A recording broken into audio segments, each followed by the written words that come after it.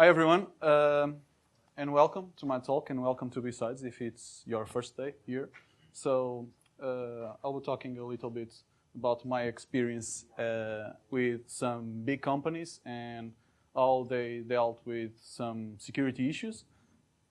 And this is the top name, so get the fuck out, Mr. User, by David Sopas. A little bit about me. I work as application security researcher, team leader at Checkmarks. We play with a lot of things, and it's a lot of fun working for them. Shore49, which I'm the co-founder and chief operating officer, which I managed to have a lot of fun with other pen testers, and we play a lot, so also pretty fun. I'm a core pen tester for Cobalt. Yeah, you can say that I'm still number one for a rank that for me does not make any sense, but still I'm number one. I have an Indian guy next to me. I hope you catch me because I'm 2 years the number one, so it's boring. And I'm a member of AP2SI, the Portuguese organization. And last year, I was also speaker at BSides in this room with a talk, The Way of the Bounty. In this talk, I will not talk about bounty, so you think I have a few surprises, so let's wait for it. So, besides web hacking, or someone like OSX Reverse like to call web sheets, I also start playing with IoT, especially Bluetooth low energy. Lockpicking. I did a small village with my pal Duarte yesterday. I don't know if one of the guys present here was there, and it was pretty fun. Speaking about InfoSec in schools, in cons, and everything, I like to send the right message about information of security. Cycling, yeah, I love to cycle. Mountain bike, road bike, everything. TV shows, Mr. Robert, of course, you know. Yeah. So, and this year I start a new hobby, which is also pretty fun, and which is running. Yeah, I start running, and guess you never know when you need to run faster than the other guys. So, what I am about to explain, I tried to have all information related to the companies that I tested, because I don't want any legal issues on everything. And so if you find something related to that, please, it's not my fault, really. It wasn't me. If it was on the slide, I don't care. It is a disclaimer. So blame someone else. I don't care. Agenda. I will explain some vulnerabilities that I found on 3 large organizations, which are called Company X, Y, and Z. A little bit about responsible disclosure without being a dumbass. Oh, sorry, Trump. And also, I have a few surprises in the middle or in the end. I really don't know. I will see if people will be standing still in this talk. So, why? Why did I do this talk? Well, I choose these companies because Company X is a company that a service provider that I worked for. Company Y was an application that I used. Yeah, and that's it. Company Z is an application that I used in the past. Still don't use it anymore for some reason. I don't know why. But usually when I install something on my computer or my phone, I always try the application first to see, okay, if it still has any security issue or everything. So I like to test it before. So I will try to explain a little bit what I found. And Company X. Company X invested $6 million in expansion. Amazing, amazing, a big company. And a lot of interest in this company. I will not, of course, tell you the name. Guess what? 6 million, and I guess it was not in security. Some of their clients, and they have a lot of them, Hilton, Avon, United Airlines, which also I also won a bug bounty, not related to this talk, but yeah, I won a bug bounty on United Airlines and donated to cancer research. IKEA, Citroën, and Carrefour. This is one of their thousands of clients. So what did I find? It was a problem in their API. This is a small example of what I did. Send the link to Mr. Bean. Mr. Bean receives my link, and your API access is mine.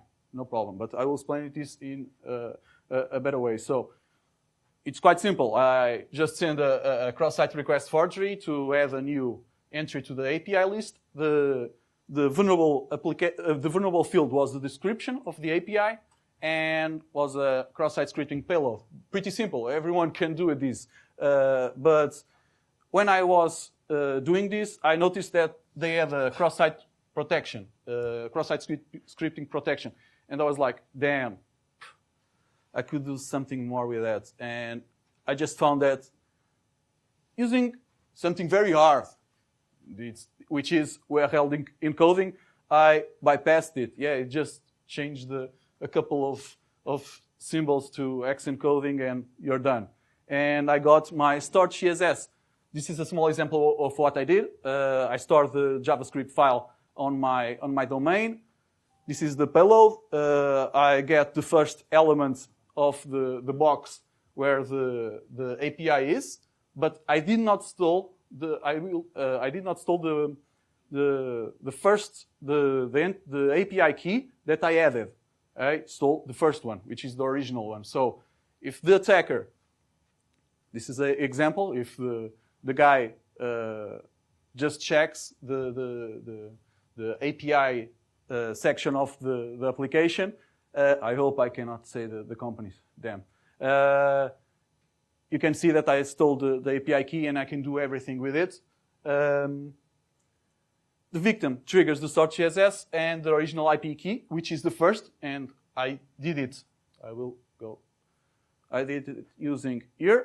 I don't want my added payload. I just want the first one, which is the original one, because if the victim will see something new added to the API list, okay, I will remove it. I didn't add this, so they remove the added API, and I remove the original. That's what I want. So, and I explain it here. So if the victim detects the cross-site scripting payload, I already have the original one, which I'm sure they're already using somewhere, and it will be very hard to change it and everything. So, and I guess the application doesn't have also a refresh on the original key, so it's mine anyway. So, what could I do with them? Yeah, I can do everything with an API key, as you may know. You can download old Company X, clients DB, spoof clients ID, and create company landing pages and upload malicious files to their cloud and stuff like that. How easy it was, and you can see that it was pretty easy. I just found an unprotected form. I used cross-site request forgery, cross-site scripting. I stored it, I grabbed the API key, and game over. That's it. It's mine.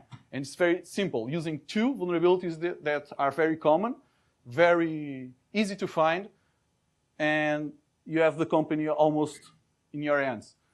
But not over, yeah. I also have file upload extension bypass, open redirect, CSV injection.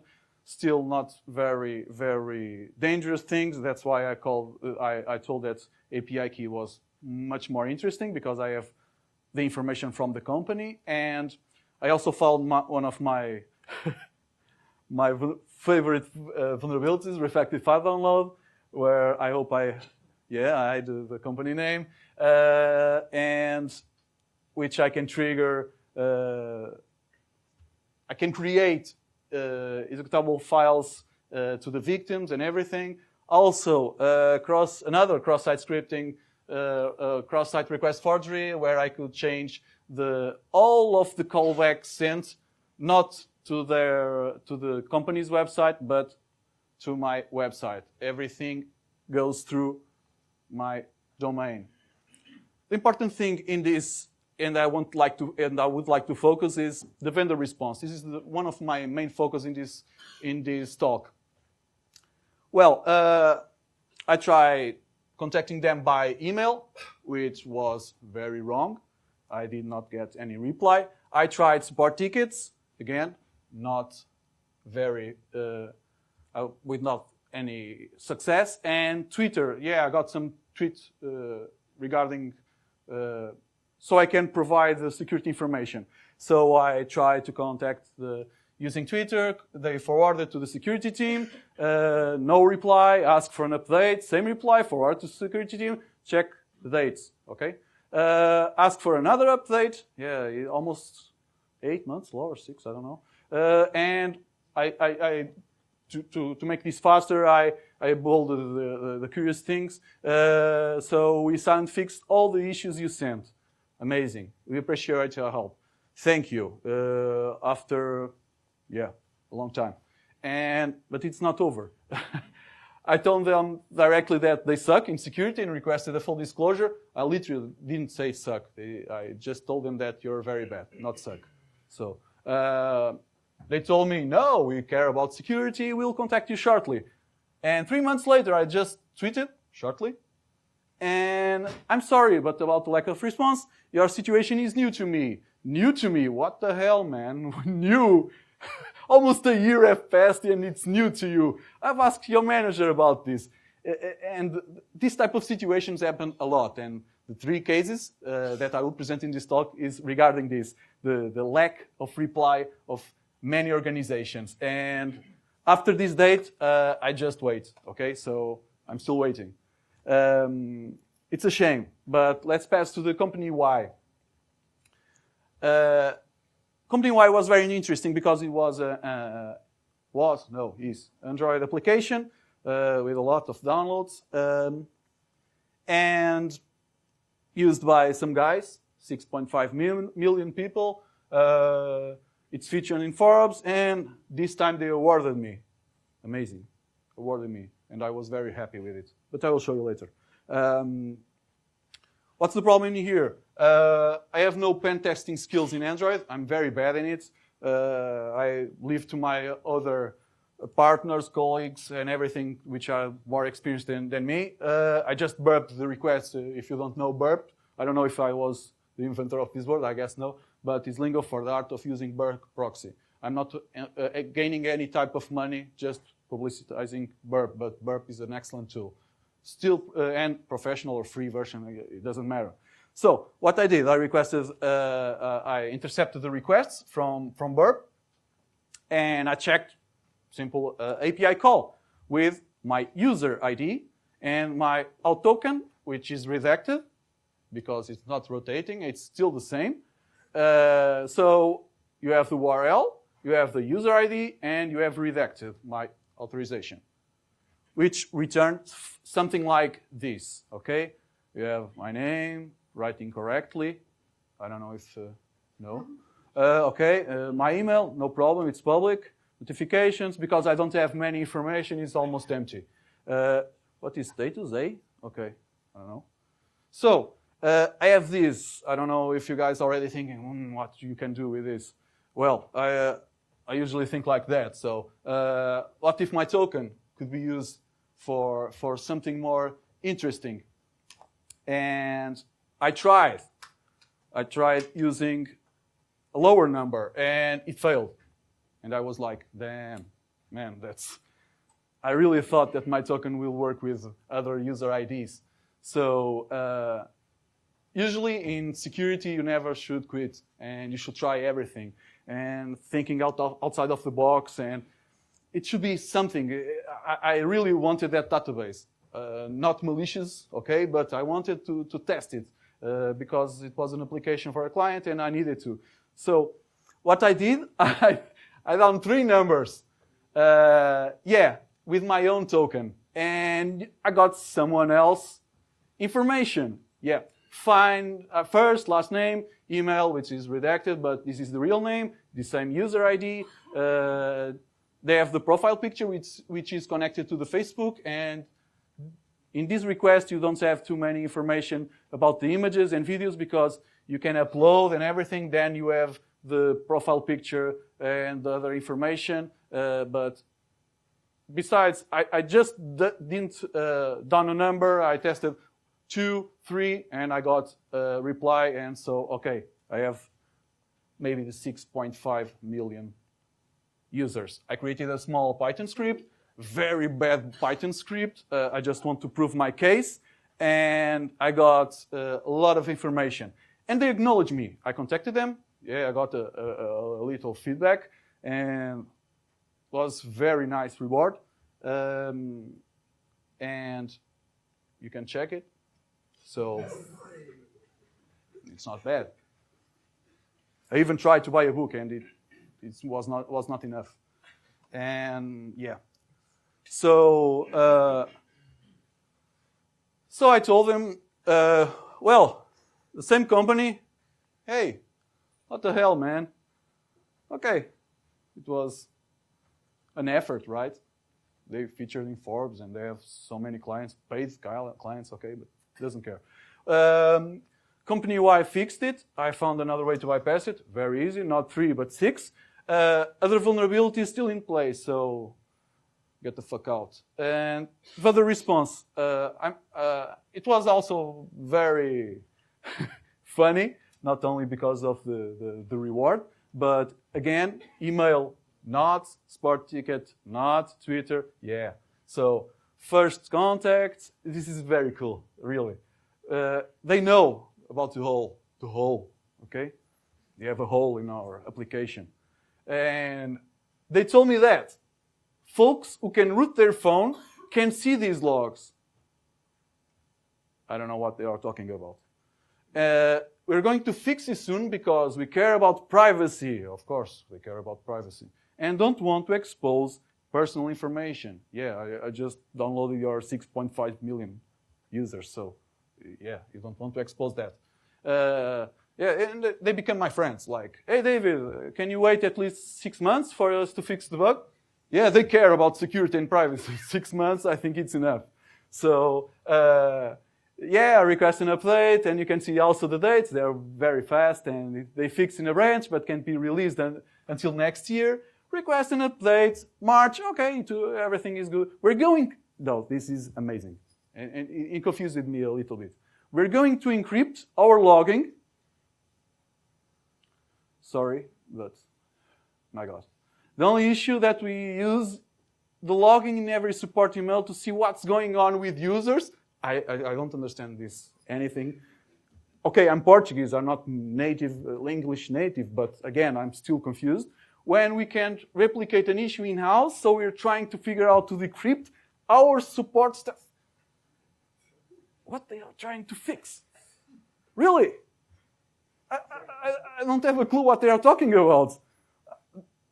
I don't know if they still receive my communication or they are reading any other report. I don't know, but what the hell? The issue, David, to get users' information is a certain way fixed. Yes, in a certain way. Yeah. We protect information in a certain way. So this use can wait until November. Yeah, more than a year. Yeah, we care about privacy and security. And again, at the time, we don't want to open any security issues to the internet. Again, I don't know why. We will notify you when we are ready. And they were ready, yeah. So I'm still waiting. Okay, to the last company, which is company Z. Also a mobile application. Again, no experience in Android pen testing. So this is a very big application, very big. You can see the numbers, amazing. They create applications for Microsoft, Samsung and Yahoo, and were listed in Forbes like a major company, fast growing. I don't know how much money they have. So we got user enumeration and data notification. Yeah, a little simple, but especially data notification was very interesting. Again, after intercepting requests, which the only thing I do in Android, I saw a post request, which this is, I can explain a little bit about what the application do. It's like a remote control for your TV, okay? So it's pretty simple. I updated my account, okay? At the time I was 34, I'm not lying. I was a male, still. And this, I noticed my user ID. So, nothing else. So, what is return? Okay, my ID, my operator, and some reference of the phone that I used. Yeah, not really my phone anymore, but, and relevant information. But using the same method, this was easier because it was just downing a number or up a number. So it was a sequential number. So I created another shitty script in Python and enumerate all the users and grab age, TV, operator, country, device model, you name it. This was the shitty Python. Yeah, well, very bad. And also using, no, I'm in Microsoft. Yeah, but the most dangerous thing was the possibility of modifying user data without HTTPS or authorization. Sorry. They are offering water. I don't know about beer, but okay. And I could change some user information, even corrupting it. And the application, if you corrupt with invalid data, it will crash the application, and you need to remove the application and install it again. Amazing. So I did other things. So I started playing with it. I checked what would be funny to send them, a little POC. I noticed that you can change favorite movies. Okay. I already think that some guys already think favorite movies. Change email and recover the password. Okay, account takeover. Yeah, this is awesome, but I don't care. And add channels to rooms. That was really funny. Yeah, some people are already laughing. So I used it. So the channel, add channels. I just use post request on the company Z. Schedule a new channel to this ID, to his room ID, which is one, for example, you have 3 rooms, one bedroom, one living room, so I don't know with room ID 3 is somewhere where the TV is. So, and I changed to a particular ID, and I wonder what channel is this. I know what the ID is. So you'll see on the next slide. And so, you think it's foreign? No. Yeah, victim turns the TV remotely, because I'm at my place, so victim turns the TV and watch something on their room ID 3. Damn. Yeah, the notifications or the vendor response was also very interesting. Email, false, support ticket, false, and Twitter, true. Yeah, I tweet a lot. First, was the best, no, the contrary. It was the worst one, because I get almost no reply. They only tweeted me telling me, we updated the application. Yeah, okay, cool. But still, it's same issues, and I don't know. I will not tell the company, so I don't tell how to do not use this company, because the application is inside almost every Android phone. Responsible disclosure. Okay, what was my biggest issue? I think you can guess it. Is try to contact the company. Where do I find any information, or where the F or the fuck the security company of the company? Yeah, you enter a website and you check, okay, I found security issues, I have a remote control, I have RC, I have, when you name it, and where should I contact the company? I don't have an email. Sometimes I have a contact form that replies automatically. I don't have anything. Sometimes 1 year, 2 years. It's amazing. So I did some statistics about it, and I noticed that social network nowadays, it's very important. Just because some of, I can enumerate that email, yeah, I got 2 and 10, Twitter 8 in 10, LinkedIn 8 and 10, very interesting. Phone, yeah, I phone some companies sometimes. Usually, let me check a little bit. Some Indian guys answer and they really don't understand what I'm talking about, so it does, but okay. Sometimes it will, because 3 times it worked. Support ticket 1, amazing, these systems, amazing. They really work. So I noticed that social networks are very important to contact and to communicate information. Why? It's simple. If you identify the company in your timeline, for example in Twitter, it's a public information. Other companies can see it. Other clients can see it, so they need to reply. They need the feedback from somewhere, you know? So in case of LinkedIn, I also try to reach the security people. I searched when they accepted, of course, my request, or the C-level. I don't want to contact the developer. He doesn't know. So usually they don't understand what I'm talking about either. So. And usually also they are Indians. Didn't try to use Facebook because I don't use it. I use it only in some rare cases. What I usually do, this is a simple model, what I usually send to when reporting it.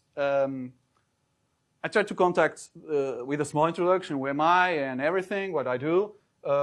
Also, I try every time to send a full report with the information that I discovered. Especially if you can accompany with a video, images, good images, not like the other one, vulnerability references, or any articles that you think that could help the receiver to understand better your report. And depending on the severity, try to get an update regularly, not like each week or each day. I try like 1 per month. If 90 days have passed, send the last communication. I'm trying to say 90 days, but, sorry, because, again, sorry, it was delayed, this one. 90 days, because Google also uses it, and I think it's a good timeline to solve the situations. But this also happens in bug bounty. Yeah, this also happens. For example, U.S. Department of Defense. I took this information from MakerOne, from my account. I don't know if it's public or not, but really. So, U.S. Department of Defense, 5 months time to resolution. Too long, really. I still have 2 reports to get any first response. They say 3 days. I have 2 waiting for. I have a cross-site scripting and a SQL injection on U.S. Department of Defense, and still, I don't see these 3 days on first response, but okay. But still, 5 months time to resolution. Agoda, which is part from Booking company, bounty 1 year, not bad. 11 months to get a resolution, also not very efficiency. Immature, incredible, 9 months. As you can see, there's a pattern, okay? Yelp, 7 months.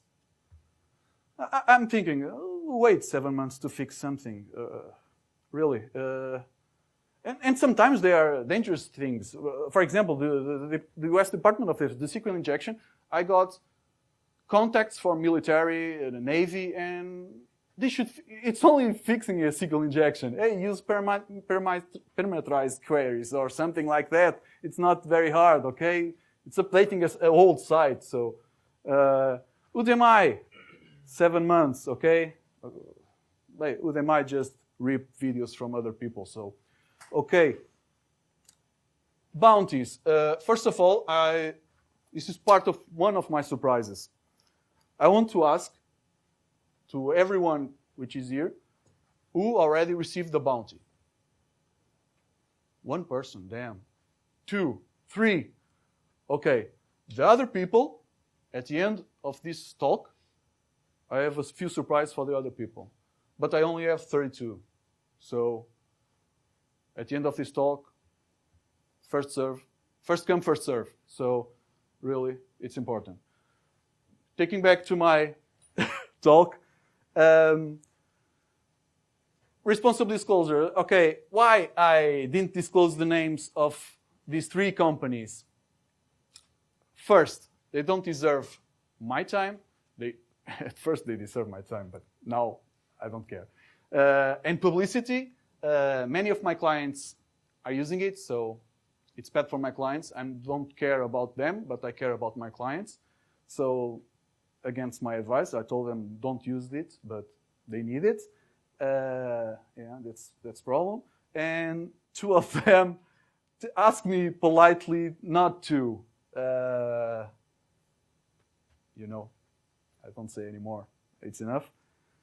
And not related to the 3 companies, I found a very, maybe the top 5 sites in Portugal that have this simple file, which I know that most of you know what it is.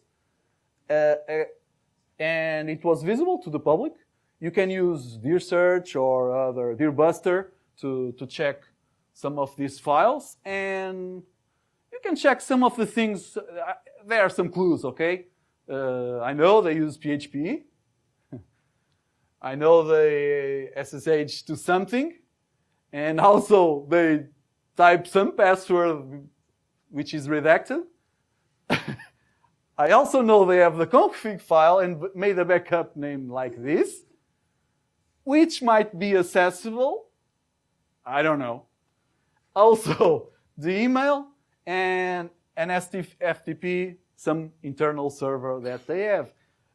If you refresh the page a couple of times, you see new things, and some of them are really funny, like typing wrong Linux commands and everything. It's really, it seems like Kevin Mitnick doing some hacking nowadays in the 90s and knowing what he was doing. I tried also to contact these guys. It was not very easy because it was the only one that didn't answer my phone calls, didn't reply to any email, Twitter, no, and Sport Ticket, no. So I tried everything and no reply so far. So this was an experience for me because each time I audit or research new things, inclusively nowadays I'm stopped using like OSG's reverse, which is over there, and tell web sheets. I'm stopping using web sheets and going to IoT. And even in IoT, the vendor response is like piece of crap, you know, no reply so far. So this is it. So if you have any questions, feel free to do it. I can try to answer if I know. Yeah.